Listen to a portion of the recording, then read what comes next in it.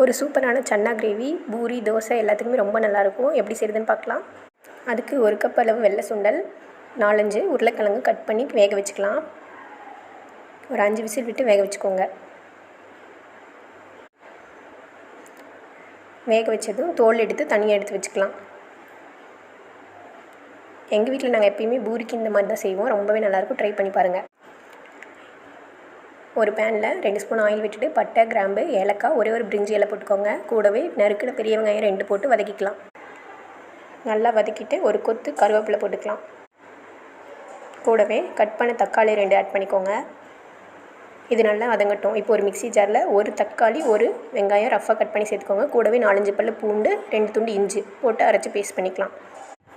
அரைச்ச பேஸ்ட்டை நம்ம வதக்கினதோடு ஆட் பண்ணி கொஞ்சமாக மஞ்சத்தூள், குழம்பு மிளகாய்த்தூள் 1/2 spoon, 1 spoon garam masala, chicken masala, மல்லித்தூள்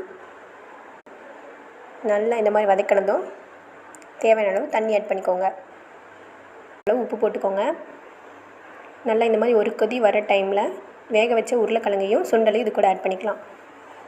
இப்போ இதுக்கு ஒரு பேஸ்ட் ரெடி பண்ணிக்கலாம். ஒரு மிக்ஸி ஜாரில் 1 கப் தேங்காய், 1/2 கப் பொட்டுக்கடலை, 4-5 முந்திரி பருப்பு, கொஞ்சமாக சோம்பு போட்டு அரைச்சிக்கலாம்.